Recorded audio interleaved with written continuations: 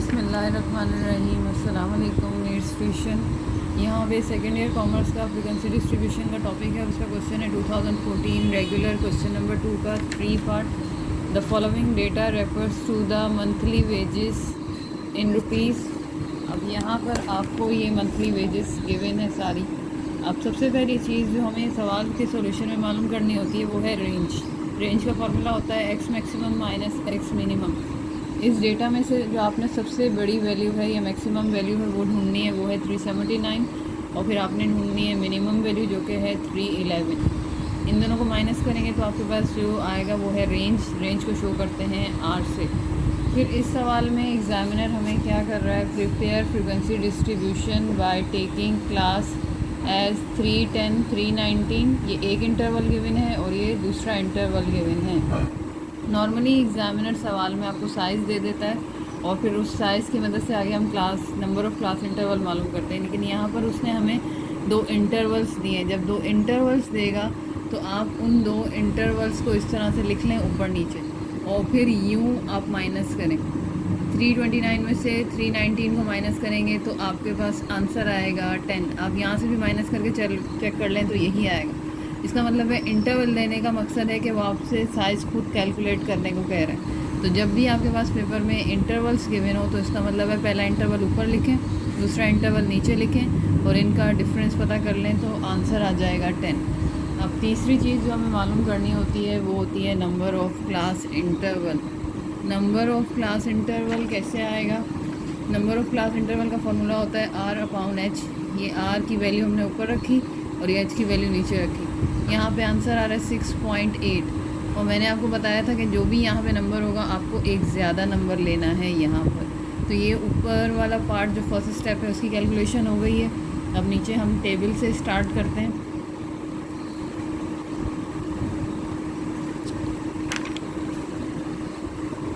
अब सबसे पहले हमें यहाँ पे इंटरवल्स बनाने हैं और इंटरवल्स बनेंगे 7 और आपके पास जो साइज़ है वो है 10।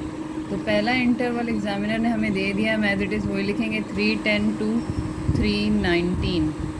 दूसरा इंटरवल हमारे को भी एग्जामिनर ने दे दिया है, वो है 320 और वो है 329।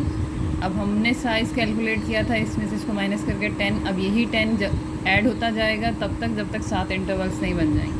तो 330, 340, 350, 360 और ये 370। ये आपके पास 7 इंटरवल्स बन गए, 1 2 3 4 5 6 7।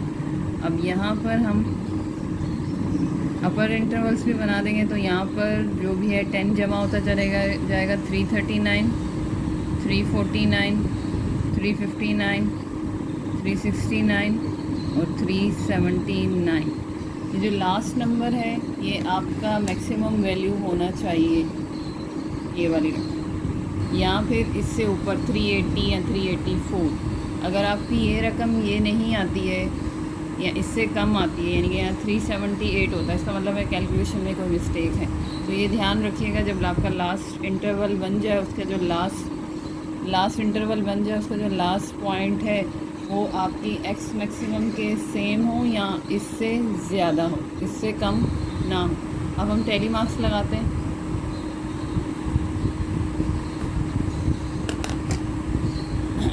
टैली मार्क्स लगाने में सबसे पहला नंबर है हमारे पास 340। ये 340 इस इंटरवल में आ रहा है तो हल्की पेंसिल से ही आप 340 लिख दें। फिर है आपके पास 363 और 338। तो पहले मैं लगा रही हूँ 363 यहाँ पे आएगा, 338 यहाँ पर आएगा, ठीक है। सेकंड लाइन में पहला है 379 तो 379 यहाँ पे है। फिर है 311 यहाँ पर है। फिर ये है 331 यहाँ पर है। फिर है 331 दोबारा से। फिर है 315, फिर है 345, फिर 323, फिर है 327, फिर है 333, फिर है 318, फिर है 324, फिर है 348, फिर है 341, फिर है 340,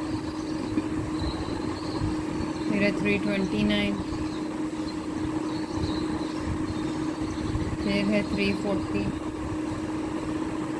फिर है 355, फिर है 349, फिर है 332, फिर है 340, फिर है 350, फिर है 356, यहीं पर ही आएगा। इस तरह से पेंसिल से पॉइंट्स लिखने का मकसद ये है कि अगर कोई नंबर की मिस्टेक हो तो वो आप चेक करके उसको करेक्ट कर लें, क्योंकि टैलीस लगाने के बाद हमें पता नहीं चलता कि हमने कौन सा नंबर कहाँ पे लगाया था। तो ये मेरे पास सारे मार्क्स हो गए। अब मैं इनसे टैलीस लगाऊंगी तो पहले काउंट करना है 1 2 3, यहाँ पर आपके पास 3, फिर ये मेरी फ्रिक्वेंसी बनेगी 3 1 2 3 4, 1 2 3 4, 1 2 3 4 5, 1 2 3 4, और ये 5 का बनेगा बंडल।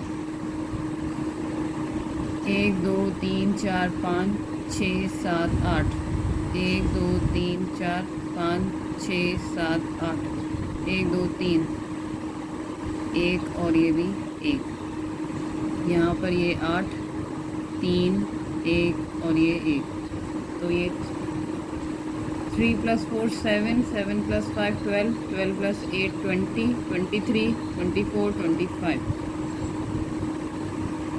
और अब अगर हम इन वैल्यूज़ को भी काउंट कर लें, यहाँ पर एग्ज़ामिनर ने मेंशन किया हुआ है कि ये 25 वर्कर्स की वेजेस हैं, तो हमारा एग्जैक्ट ये टोटल आ गया है। तो ये आपका टैली मार्क्स का हो गया है, और इसमें एग्ज़ामिनर ने आपसे कुछ और भी मांगा नहीं है। तो इस सवाल में और जो मैंने सवाल पहले करके दिया था उसमें क्या फ़र्क है, यहाँ पे आपको इंटरवल्स दे दिए, और पहले वाले सवाल में आपको कुछ भी नहीं बताया था कि आपको पहला इंटरवल किससे स्टार्ट करना है। अगर एग्ज़ामिनर इंटरवल दे दे, 2 इंटरवल्स दे दे, तो उन 2 इंटरवल्स को ऊपर नीचे रख के उनसे साइज़ निकालें, फिर आप number of class interval calculate करें, और जितने ही ये नंबर आएंगे उतने इंटरवल्स बनेंगे। एग्ज़ामिनर ने आपको 2 दिए थे, बाकी आपने उसमें ये साइज़ प्लस करना है, साइज़ प्लस करके आपने 7 इंटरवल्स बना देने, और फिर नंबर डालें, और फिर उसके बाद टैलीस लगा के ये टोटल कर दें। उम्मीद है आपको ये क्वेश्चन समझ आया होगा। मेरे चैनल को सब्सक्राइब करें, लाइक करें। अल्लाह हाफ़िज़।